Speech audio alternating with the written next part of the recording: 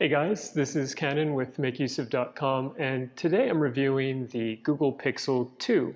It's one of today's best smartphones, but does it justify its enormous $650 price tag? Let's find out.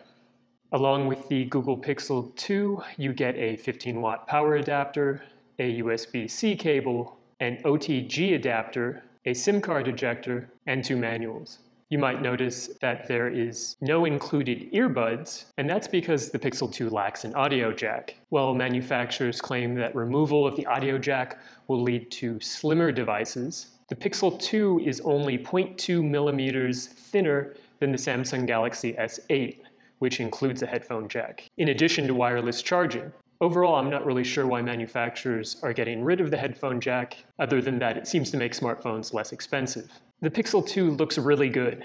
Like most flagship smartphones, it includes a fingerprint sensor, a rear-facing camera, and a USB-C charging port. It also has the same aluminum body and glass rear-facing portion that the original Pixel had, with the exception that the Pixel 2 now features a plastic coating. Google refers to the coating as a metal hybrid, but it's not really metal, it's just basically plastic. And while plastic does make it so the phone is far less likely to come flying out of your hands, it also serves to trap heat. In general, the phone starts to slow down a little when placed under heavy workloads, although the average user will definitely not notice that. I've reviewed other phones with similar internal components as the Pixel 2, like the Samsung Galaxy S8. And while phones with the Snapdragon 835 are definitely faster than previous generations of smartphone, they are not $650 better. And in fact, I would argue that the best feature of the latest smartphone processors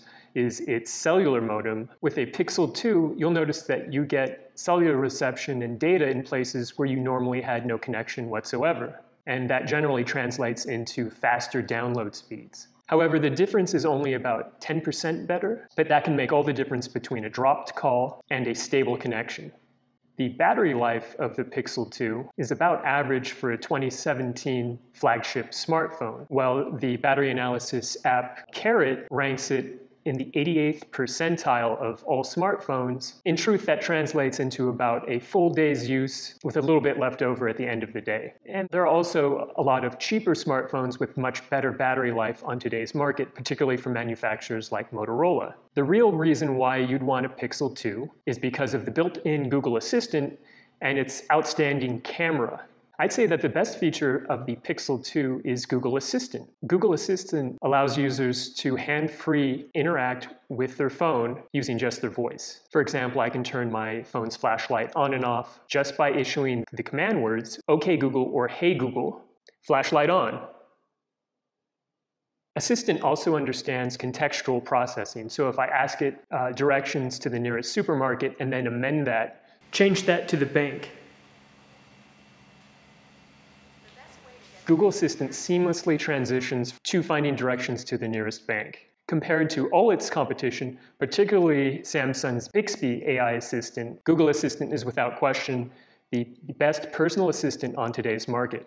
Regarding the Pixel's camera, it is a top-tier smartphone camera. However, pretty much all flagship smartphones have great cameras, and there's only minuscule differences, and these are extremely subjective, between each flagship smartphone's camera. What makes Google's smartphone cameras so much better than the competition is Google Photo, which combines the AI assistant features of Google Assistant with photo management and cloud storage. For example, if you take a burst of photos, Google's Assistant software contextually analyzes each photo and can stitch it together into, for example, an animated movie with music or a GIF. There's nothing quite like it on today's market, and I consider it to be a killer feature of the Pixel 2 that absolutely makes it worth buying over the competitors. And then on top of that, you get free unlimited cloud storage for all your photos at their original resolution. There are a few downsides, though. For example, the Pixel's AMOLED display, which is 1080, is susceptible to burn-in, like all OLED displays. While Google did attempt to make their software a little bit more compatible with OLED technology, it unfortunately was limited only to a minor amount of theming on certain menus. And most of the apps that you install, including system apps and Google apps like Google Maps, do not have a OLED-friendly dark mode. One of the worst features about the Pixel is the fact that its navigation bar is still continually displayed, and there doesn't seem to be any way to remove that without fundamentally altering the operating system. So should you buy a Pixel 2? Normally, I'd say you're far better off buying a less expensive phone. But the Pixel 2 made me change my mind, and that's primarily because Google decided to extend the warranty life to a whopping 2 years, which is double its nearest competitor.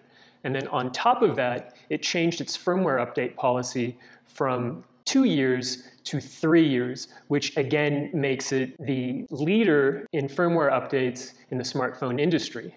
When you throw in Google Assistant, superior photo processing, and unlimited cloud backups, I consider the Pixel 2 to be the best smartphone on today's market for most users.